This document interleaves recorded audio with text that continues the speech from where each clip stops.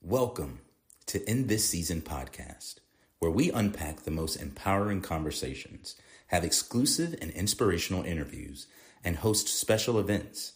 Join Tammy, some call her Butterfly, and explore life's purpose by learning how to embrace each season of your life with confidence, strength, and purpose. Whether you're blooming in the spring, or shining in the summer, or embracing change in the fall, or gracefully hibernating in the winter, get ready to be inspired.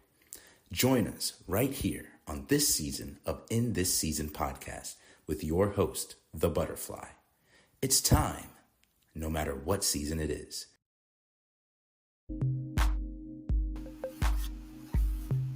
Good morning, good morning, good morning, beautiful people. Let's come on into the barbecue. Say hello if you're out there. Tell us how your morning is going. Bring B on in. Good morning, B. How's it going? Good morning, Mom. Sleepy, but Sleepy? good. Yeah, I'm sleeping good and deep, but I'm good. Oh, wow. I'm here and happy to be here. I slept good though. But I slept. It's one of them ones where it's like, ooh, that bed feel good. I need to just stay right here. But no, I'm good. I'm happy. Hey, I saw a little feeding the ducks going on right there. You started to pop, didn't you? Right. That's a good sleep. All right. How you doing, Mom? I'm good. I'm doing good. Got my coffee. Got up. Got my reading on. I hadn't did my exercise yet. So I did. I hung on for about 20 minutes more than I wanted to or needed to. So after we get off and do my due, and got to get out of here and go take care of some things. But all good. Good. I got my coffee's on the way, but for now I just got a big jug of water. That's what we need. So that's first thing. Who we got in the chat? Miss Brenda Davis. Miss Brenda Davis says, "Great everything and great Friday, everyone." It's Friday, Miss Brenda Davis. Don't be changing up on us. Don't be trying to sneak us now on this Friday. Friday Eve. Yeah. Miss Brenda, keep them coming, boy. Great day. Coming. Great everything. Great everything. Great everyone. Yep. Good to see you, Miss Brenda. Yeah. So, all right, Brandon, let's do what we do. Let's do it. Well, welcome everybody to the In This Season podcast. This November 1st, we are starting the morning and the month off right. What's up, Uncle Mike? Good morning, everyone. Good morning to you. Welcome again to the show on this installment where we are reading through the book Daily Motivations for African American Success. Go and show your book off, Mama. There you go. With Dennis Kimbro right there being the author. This book has been an amazing friend to us and a great book to go through and to go through together, right? To read, to look at these insights, read these passages and look at the motivations or the inspirations and take examples from these stories and try to apply what we learned to our lives. It has made my life better. Mom, I'm sure you can say the same. And for the people that come here every single morning, I'm sure they can say the same too. So if you can support this African-American author and buy this book, I always say this, it's a low cost but a high value book. So you really get the bang for your buck. You really get the return on your investment for that. So make sure you go out there and support this author, buy this book. And if anybody knows Mr. Kimbro, let's get in touch with him so that we can get in touch with him for us so that we can interview him, bring him on the show, and get some of his insights on what motivated him to write this book and what his experience has been with this book going forward and how people have responded to it. So if anybody has that ability or knows where he is, man, that would be awesome. Appreciate y'all. What's up, Auntie Richetta? Good to see you, sweetie. She said good morning, Butterfly and nephews. What'd you say, Mom? I said good morning to Auntie Richetta and Big Mike. Yeah. Well, y'all, we are here. If y'all weren't here last night, I'll tell them really quickly. Last night, my mom and I on this show did kind of a special where we caught up to where we had missed off one show. So we figured last night we read what was called The Spirit in the Dark, I believe. Spirit in the Dark. So if you did not catch that last night, it was about 8:15 p.m., but it is on our YouTube channel, which if you have already liked, subscribed, and most importantly turned on those notifications, it would have come to your phone. So did y'all our day ones that already commented in the chat room, did y'all catch that last night, or did you catch that show this morning? Have you seen that show? And if you haven't, make sure that you go back and catch the show. Yeah. But for people that may have not seen the show, we are here reading the Daily Motivations for African American Success, and this book will help you focus on the thoughts, attitudes, and deeds that will lead to the achievement of your true goals. In 365 short but powerful motivations, one for each day of the year, Dennis Kimbro, the author of the popular Think and Grow Rich, A Black Choice, leads us to discover how to use the present moment and our own gifts to transcend labels, cultivate a positive attitude, become wise enough to know when to say yes and when to say no, and to look inward for answers to life's challenges. Each motivation begins with words of wisdom from such distinguished and celebrated African Americans as Malcolm X, Marion Wright Elderman, Whoopi Goldberg, Charlene Hunter Galt, Bill Cosby, Carl Rowan, Mother Hale, Reverend Leon Sullivan, and hundreds of others. This treasure trove of practical inspiration will give you fresh encouragement every day of the year. What it teaches will last you a lifetime. And Mom, you want to read that top part over there, the part that you always love to hear, but now you can read it yourself, huh? With Yes. that new back of the book. New back of the book. If there's any power that can reverse the fortunes of race, it is character, writes Dennis Kimbro. Every thought which enters our mind, every word we utter, every deed we perform makes its impression on the innermost fiber of your being. That's Good. it. Well, thank you, Mama. And y'all, again, welcome to the show. And if you don't have anything else, Mom, we're gonna hop right in. Miss Brenda said, I just saw the comment about the show this morning. I will listen later. Thanks, Brandon and Tammy. You are more than welcome. What up, cousin Monique? Good to see everybody kind of starting to come in here. We appreciate y'all. And we'll jump right into it for this November 1st. Our title today is Something Worth Leaving. Something worth leaving. And our quote of the day comes from none other than the distinguished African American Edward Gardner, the founder of Soft Sheen Products. Soft Sheen I Products. remember that. Yeah, let Yeah. it glow, right? And Edward Gardner said, "It's not what you take, but what you leave behind that defines greatness. It's not what you take, but what you leave behind that defines greatness." Reluctantly, Mary McLeod Bethune left her comfortable old house in Florida for the railroad station. She had promised to speak at a dinner in Washington and did not want to disappoint her friends. As a champion of human rights, she wore the title of the most powerful Negro in America with dignity and respect. Now, her battle was nearly over. She was almost 80. As the train and her life neared its final destination, she pulled an envelope from her purse, thought deeply for a few moments, and made some notes for her speech. Quote, "If I have a legacy to leave my people, it is my philosophy of living and serving. I leave you love. Love builds. It is positive and helpful. I leave you hope. Yesterday, our ancestors endured the degradation of slavery, yet they retained their dignity. I leave you the challenge of developing confidence in one another. This kind of confidence will aid the economic rise of the race by bringing together the pennies and dollars of our people and plowing them into useful channels. I leave you thirst for education.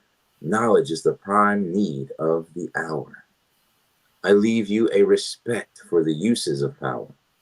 Power, intelligently directed, can lead to more freedom. I leave you faith. Faith in God is the greatest power, but great too is faith in oneself. I leave you radical dignity. I want Negroes to maintain their human dignity at all costs. I leave you a desire to live harmoniously with your fellow man.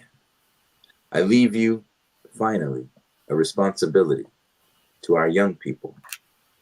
The world around us really belongs to our youth.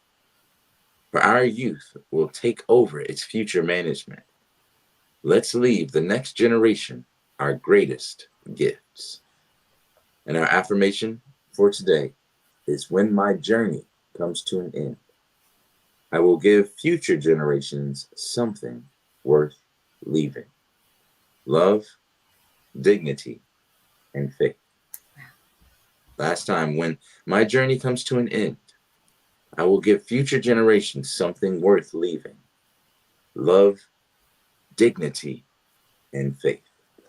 Over to you, Mom. What you think about this one? It's beautiful. It's just simply beautiful.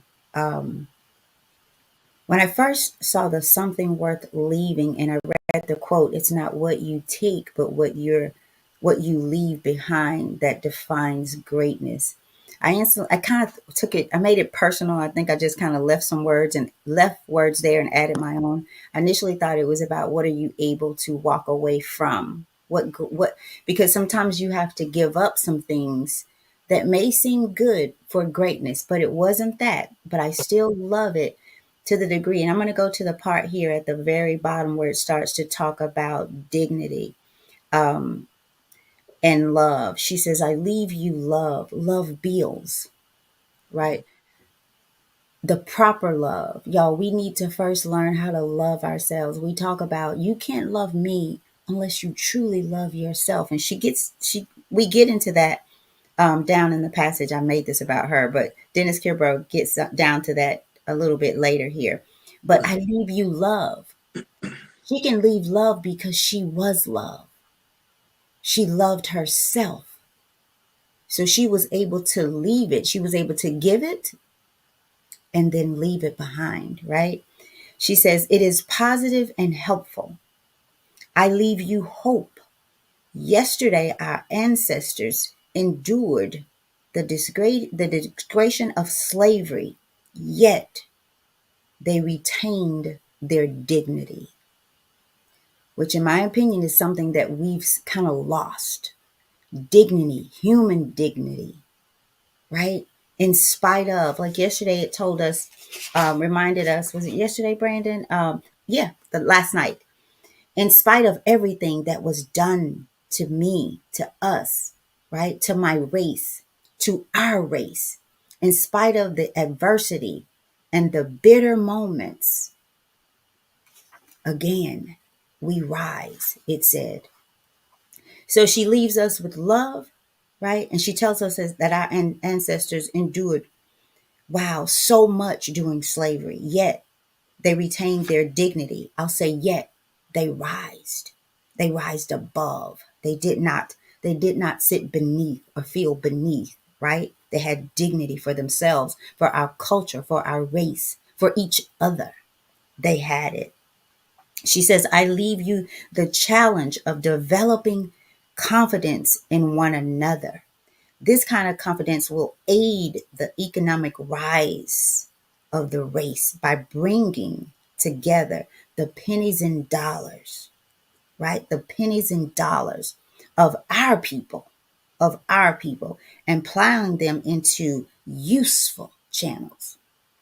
The day, the day that we decide to stop fighting one another, each other, to get to a side of the track where in most cases you're not wanted and sometimes not mentally prepared to be, right? Let that simmer. that we think we should be, but sometimes, and not in most cases wanted, not by everybody for sure. In most cases, not mentally prepared to be. Because if you go toward greatness and you get there, but you don't feel great, you won't thrive there.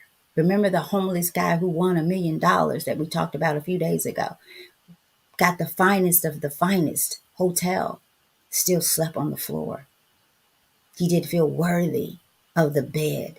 He was not accustomed to the bed, so he was still living in his past, mentally, physically, even financially, right? Because if you weren't going to sleep on the bed, just go get something, mediocre, right? Don't spend all that money. So it says, I leave you thirst for education. And by education, I'm going to say the education of self first. And it says, knowledge is the prime need of the hour. Knowledge of self. Education of self, knowledge of self, right? Brings you to a point in life where you stop fighting yourself. Because if you're fighting you, you're fighting God's will for your life. You're fighting the Creator. I leave you respect for the uses of power. Boy, don't we disrupt power. Don't we, some of us, when we get a little bit of power, a little bit of status, a title, a few zeros behind our name, we forget about the culture. We forget about the people, our people. We forget about human dignity. We forget about philosophy. We forget about love, knowledge, confidence, right? In ourselves and in others. Because you can't have confidence in yourself if you become your title, if you are your title, if you are your money, if you are what you drive, if you are where you live. Those are not things worth leaving. Because if you leave it to a people who've not come to an understanding and knowledge of self, they won't know what to do with it. They won't be able to pass it on to the younger generation in a way that they are able to receive it. Brandon and I was talking about a situation yesterday concerning a young boy. And he said that, and it was about him speaking to the young boy. And he was like, Mom, men just can't run in and run up on these young boys when they don't know and have a relationship with them, when they've not been there. To them, they're looking at like, what you doing here? Where you been? And not that it's a shot down on the person who's going in trying to assist, but it's how that young boy looks at it. Like, I'm 16 years old. Where have you been all my life? And why are you here now? Right?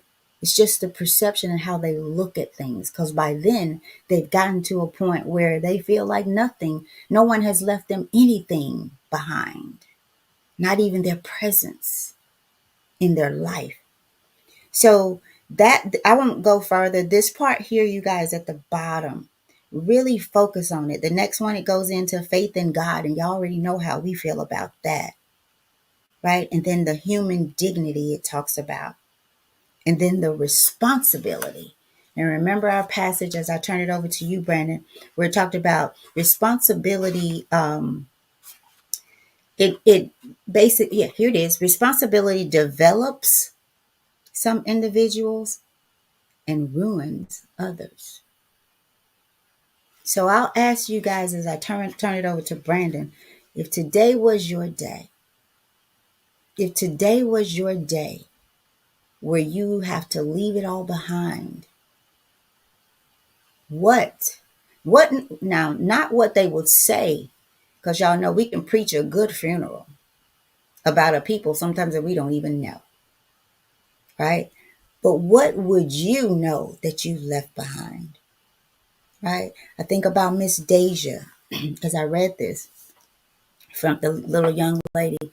I pray that the pouring into her inspired her, the acknowledging her as a young sister who said, I'm sorry about about my attitude today, right? Somebody has given that young girl something worth leaving. They're pouring into her, right? Somebody somewhere, because you don't hear that much. She may be 19, if that. She looked so young, right? But to hear her say, wow, she left something worth leaving for me. She spoke to me, this 56-year-old woman, right? Who has gone through some things and still is. She poured into me with that.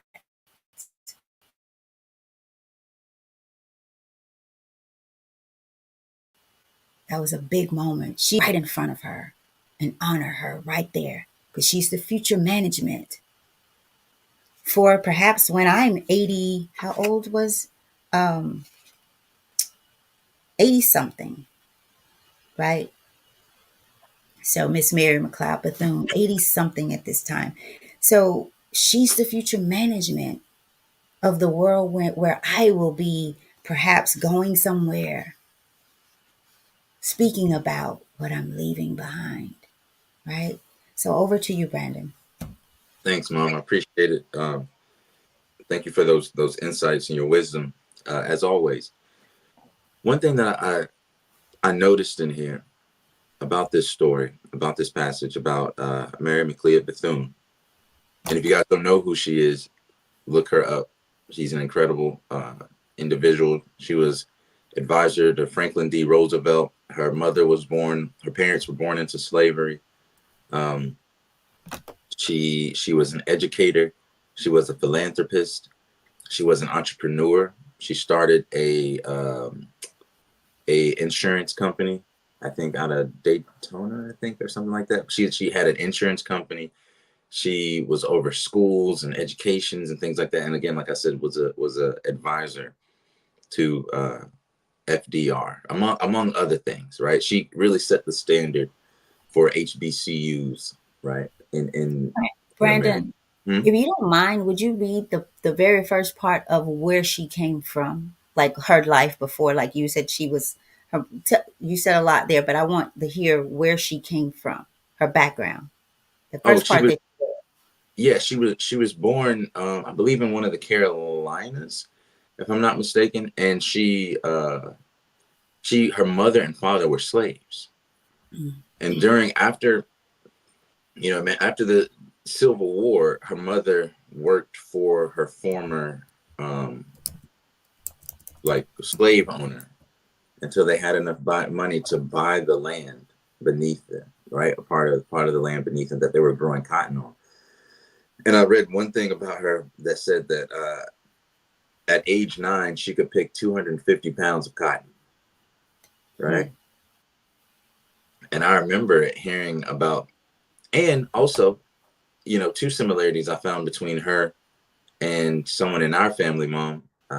My great grandmother, your grandmother, was that she was one of 17 children. My great grandmother had 17 children.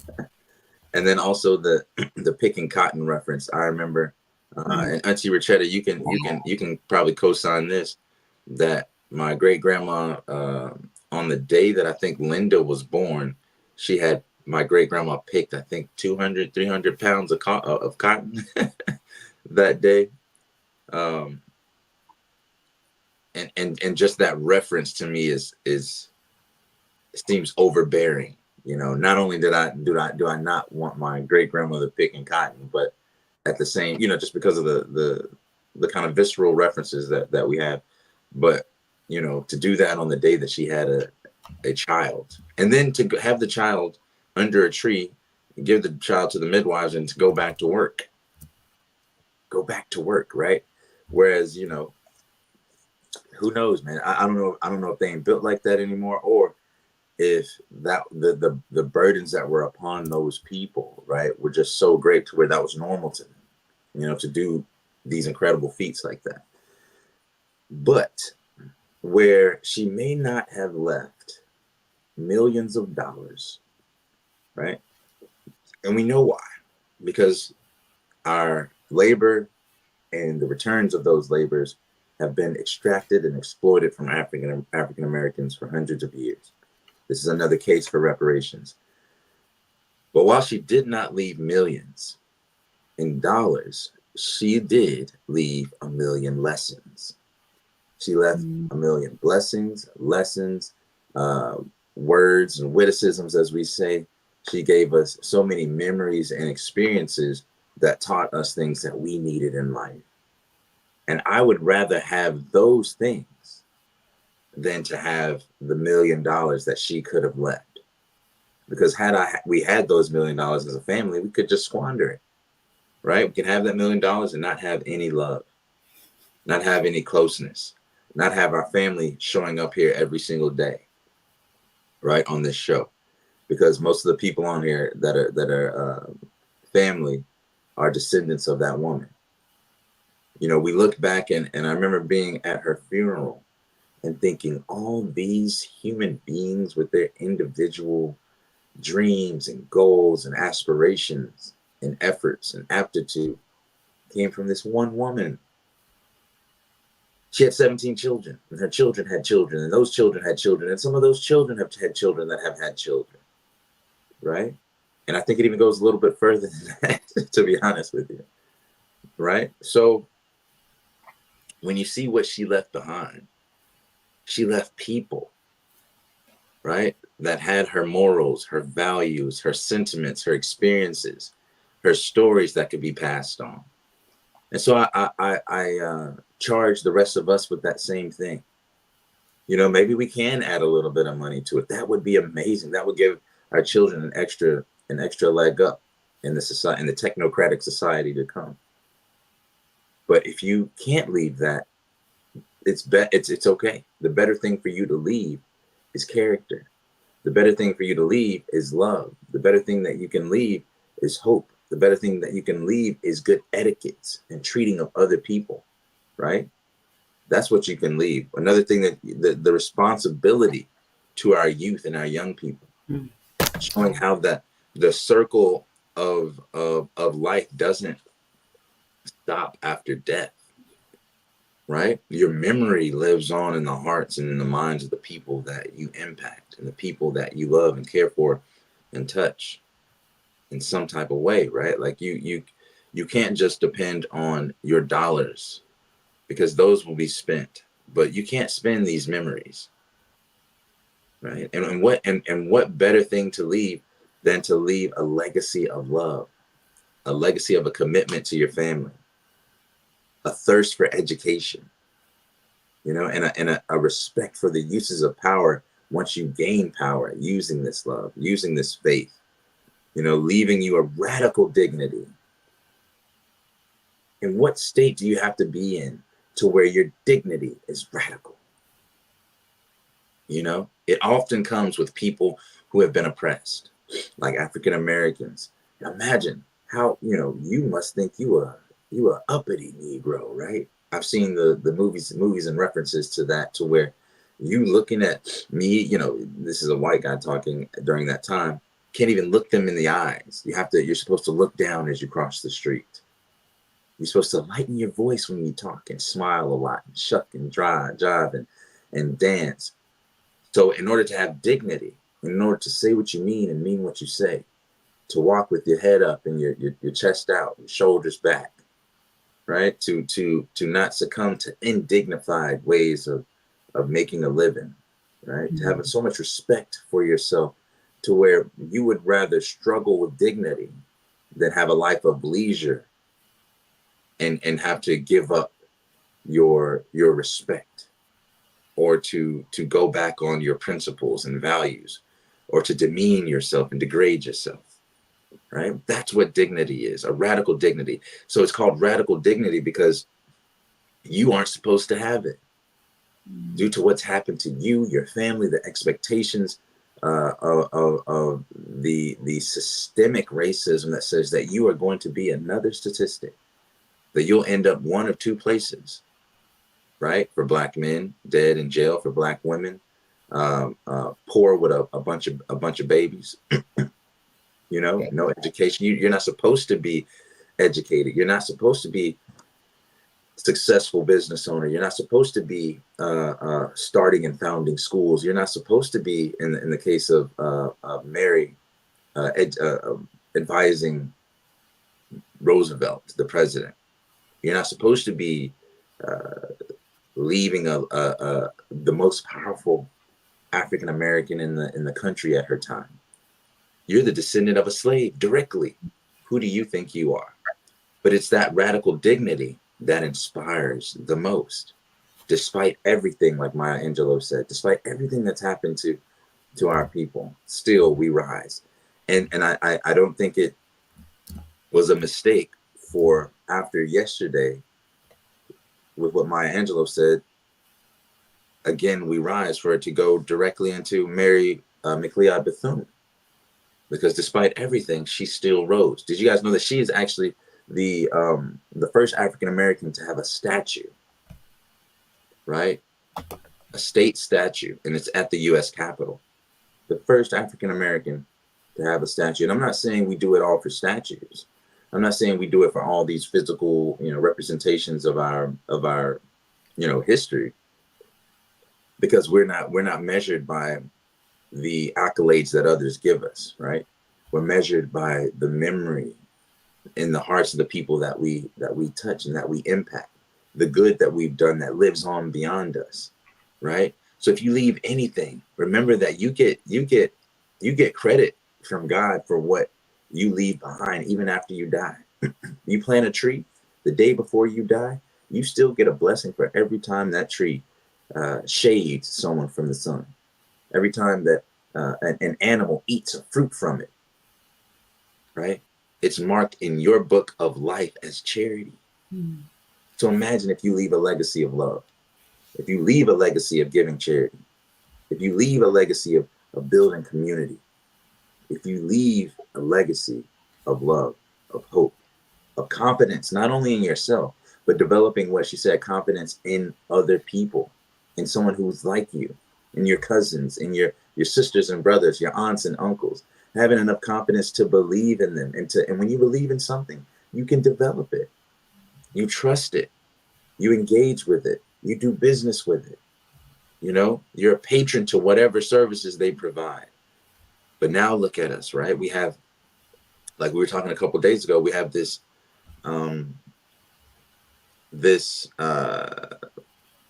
what do you call this, suspicion of one another in our businesses.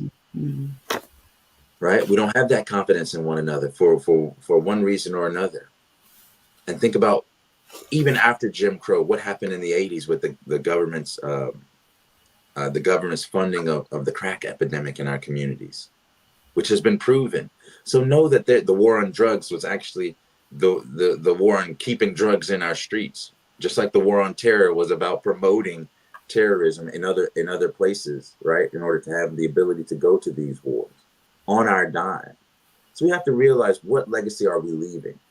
What legacy is our country leaving? What legacy is the businesses that we work for leaving, that we're giving our efforts to?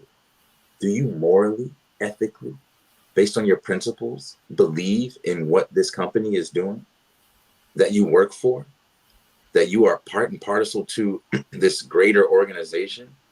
If you don't agree with what that company does morally, ethically, then it's never gonna sit right with you to go to work. It's gonna be hard to grow as a human being, because you are indignified. Because if there was dignity there, you'd say, no, I'm not lessening my values. I have to leave them something beyond money. I have to leave them dignity. I have to leave them respect. And imagine if my descendants looked back and said, that wasn't a respectable human being. He didn't take care of his family. He worked for this corporation that exploited us. He didn't do this, do that. But if you leave a legacy, right, of love, of faith, like she mentioned here, of confidence in one another, of having owing a responsibility to your youth, then maybe our youth will respect the elders. Mm. Like you mentioned, Mom. Yeah. Had we already been there for that 16-year-old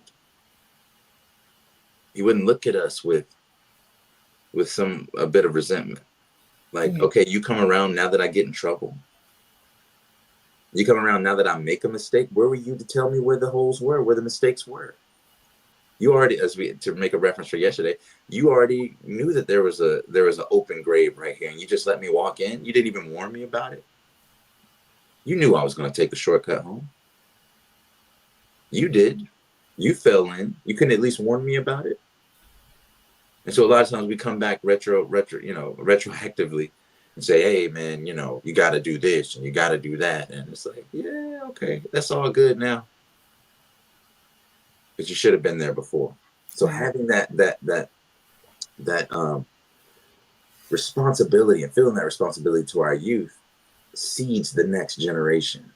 And then they can repeat it. But if they don't ever see it, if you don't leave them a legacy of that responsibility, of that accountability, then it's all for naught.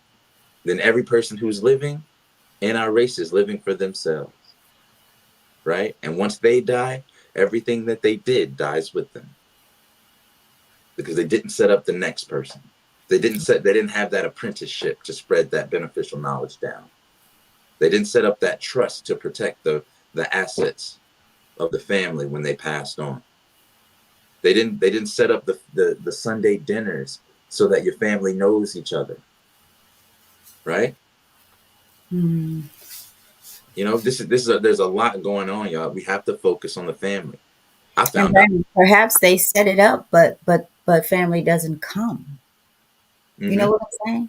So, it's so many ways to look at it. I don't mean to cut you off, but I just wanted to get that out there, because sometimes there is that one who is trying, Yeah.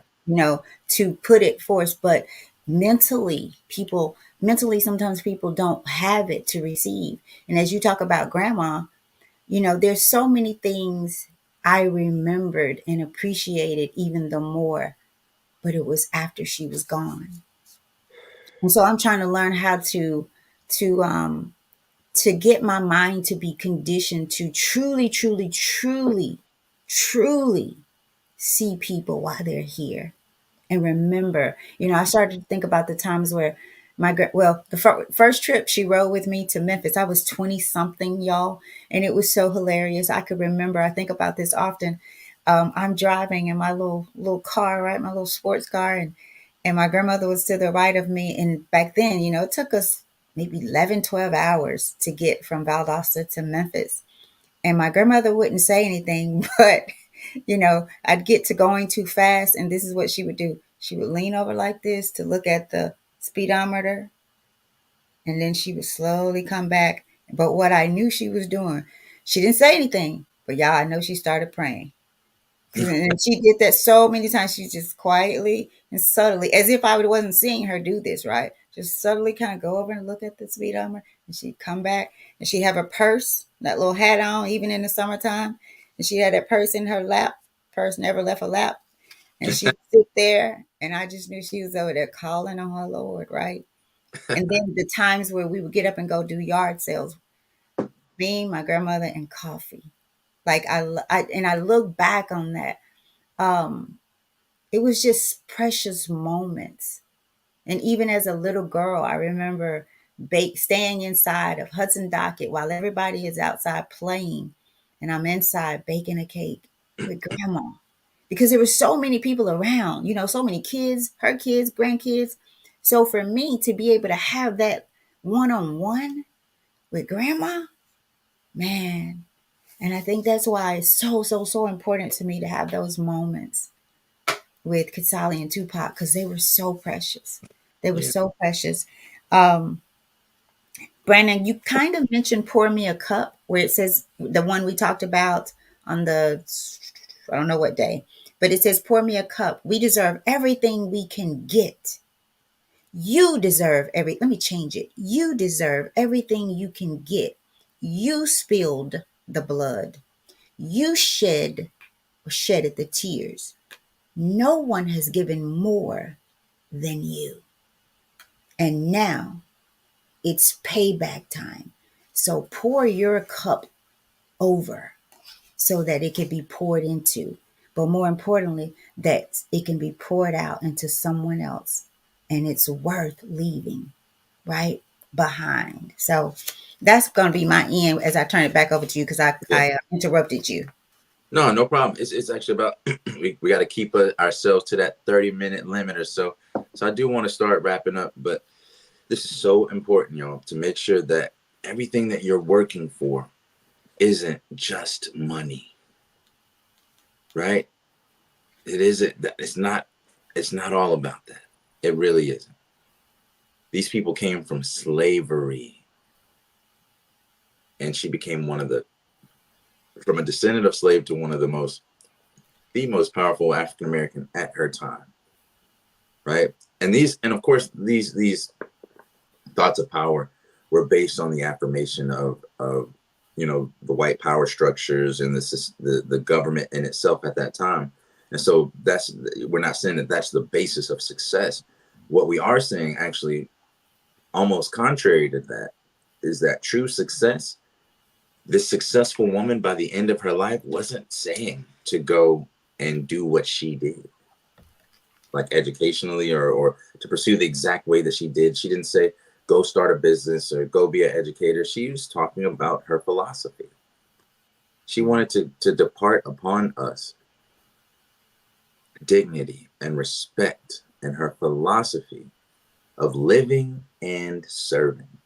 So if you go back through what she said she leaves, each one was about living or serving, like how you should live. And part of that was intertwined with the fabric of service. Mm-hmm. So make sure that and I said this last night, people don't care what you know until they know that you care. Especially those young people. Especially the young people. If you don't, they're on some different kind of stuff. They will. Brandon reminds me of the young man that would sag.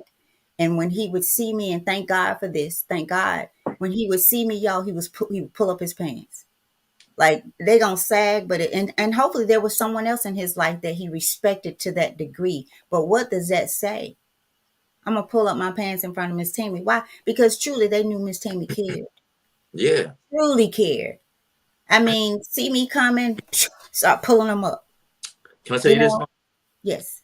In the hood of in the neighborhood, it's becoming a neighborhood of Klondike, Smoky City, North Memphis, right? Where the good people here have founded the Midtown Mosque. Mm-hmm. Mm-hmm. You can literally, this is a place that is supposedly, one of the rougher areas. But you can literally be in a situation, an antagonizing situation where maybe you're about to get in a fight with somebody, or somebody's checking you, like where you from and all this or whatever, or who knows, maybe even worse than that sometimes, like say somebody's trying to rob you, right? Or someone's, any type of altercation that happens. You can literally say, Assalamu alaikum. They'll be like, oh, you Muslim? Oh, you Muslim? Yeah. Oh, and then, even if they ain't Muslim. Yeah. I mean, the vast majority taking care of us, maybe because of what you're doing in that community and building it. Yeah, there's that. Absolutely. And they also know the principles of Islam, right? Like it's different. It's different. I'm not saying that there's a moral code to people robbing, right? To the stick 'em up kids. I'm not saying that there is, and maybe there is, right? But it's different if you robbing somebody that prays to the Most High, right? It's different if you're taking something away from that, somebody that is doing good in the community. That's it. That's more likely to pray for you than call the police on you. Yes. How do you do that? I remember staring down the barrel of a gun myself and looking at the dude like, what are you doing? I remember that. Lord have mercy. Like, what are you doing, man? Oh. What you doing? You can't even hold a gun right, man. You already shaky. What are you doing, brother? I looked at him as an older brother, not as a, probably somewhere in there I'm thinking, man, I ought to, do this and do that. But that wasn't my first thought. I just that's not my initial thing. Even if death is in front of me, it's not like, oh, I gotta kill you too. That's not my first go-to. My first go-to is, what puts you in a position to do this where you think that you look like me? You're basically trying to rob yourself. And by the end of it, not only do I have the gun, but I'm sitting there giving advice to him, talking to him, keeping in touch with him. You know what I mean? Because, like I said, like, I could tell him, man, I'm, at the time, I'm I'm working here. I'm doing this in the city. If you kill me, they're going to definitely find you because of the people I know and the things Who I've I done am. and who I am. All that BS, right? He don't care about that. That's likely going to get me shot. Right. But But he see you as the person who likely helped him get where he is, right? maybe I In a don't. sense, I'm just saying because of the person who would think like that. Do you know who I am? I feel like, Brandon, one of the reasons this may happen in a community like this, because of what you got, truly because of how you've gone in and tried to build up the community and not ask for a thing and not see them any less than a human being in spite of, right? Where others may come in and they, like I said, they want to call the police, they want to lock you up rather than find a solution, like planting those trees that they could get fruit from at no Yeah, charge, that's planting like the garden where they nine can go get years ago. food from at no charge, walking Yeah, by them and treating them with respect based on being a human being, a child of God, rather than what they have on, what their house look like, their zip code. Y'all went in not asking for anything, but giving, being a servant of love. yeah, And that in most cases is gonna bring some respect. yeah. And regard and just community and Yeah. love. Like, you remember, even when I was working on the Mirage building and building the garden beds around the school that the Midtown Mosque has put there in a like a boarding area for young people to learn. Um, I remember I was supposed to be bringing you. We had got some chicken from the halal market, Mom, and for some reason, I guess we didn't exchange the chicken. I didn't give it to you, or like you came, but for some reason I forgot to give it to you, and you had left. And you said, "Well, I don't know what to do with it now."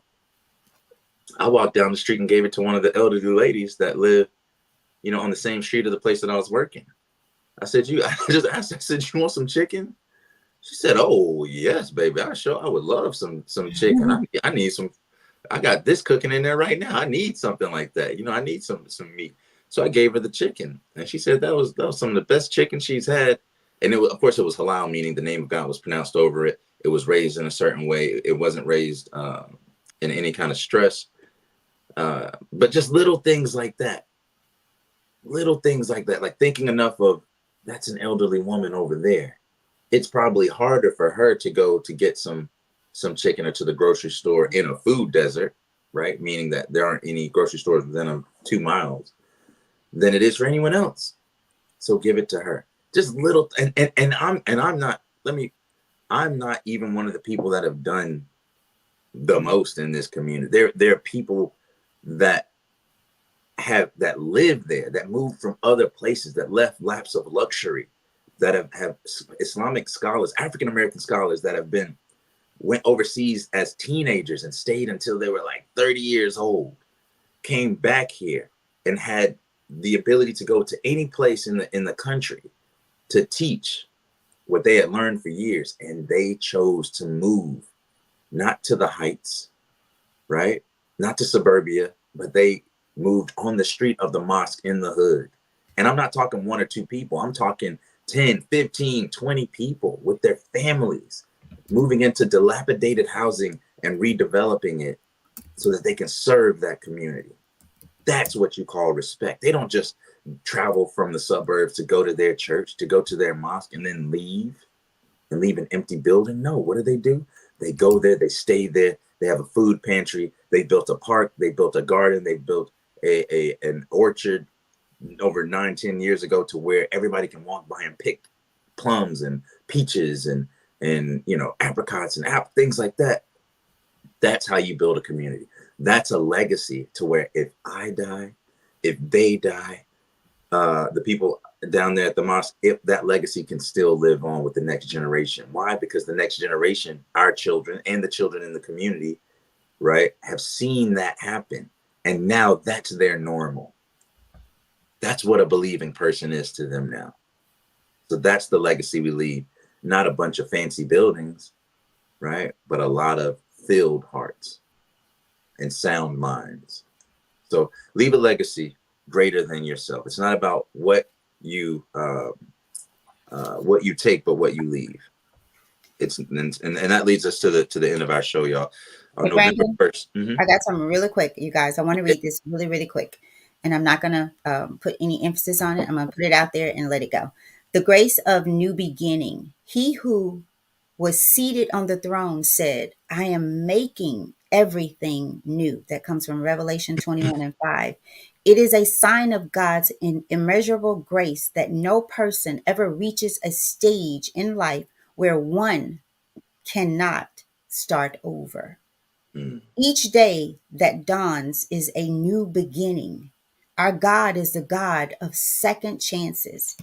Do not allow whatever may have happened in the past to cause you to lose sight of what the future may hold. If you wish to make a fresh start, make a firm decision to be done with your old life, even though it will still try to enslave you. All new life comes from God alone. Continually affirm that new life flows through you as a result of God's grace. And you will receive the inheritance of new life that is in your God. All right. And it says, Lord of new beginnings, thank you that each new day your mercies are new and I can give again. Amen. All right. So y'all go be great and don't be afraid to start over today. Start over with the point of leaving something worth leaving. All right, Brandon, over to you. All right, y'all. So today's title was Something Worth Leaving. And Edward Garner said, it's not what you take, but what you leave behind that defines greatness. And after a story about Mary McLeod Bethune, we came to an affirmation that we will carry with us as a lesson from the legacy of her life, of the things that she left. And it's, when my journey comes to an end, I will give future generations something worth leaving. Love, dignity, and faith. All right, y'all. Lead with love, lead with dignity, lead with faith. We love you. We will see you back tomorrow on day 276 of the End This Season podcast. Make sure to go to the YouTube channel. If you're on Facebook enjoying this, take a quick second and go to YouTube. Subscribe to the channel. Like this video. Like every other video if you can. Just a couple clicks away. And turn those notifications so you know when we're going live. And share it. Share it, you guys. Share it. It only takes a second. You share everything else and everybody else's. You come here every day. This should be the first that you share. Hey. Come on now. It is what it is. Let it do what it do, but don't let it do you. Don't let that mind thing think, oh, I don't have to share this one. Yeah, this is the one that you come and eat at every day. Share it. Share the food. Share the knowledge. We're going to tag y'all in a plate. We're going to tag y'all on Facebook. Put your name on it. All right, y'all. Y'all take care. We love y'all very much. Feed them ducks. Feed them ducks. All right. Peace.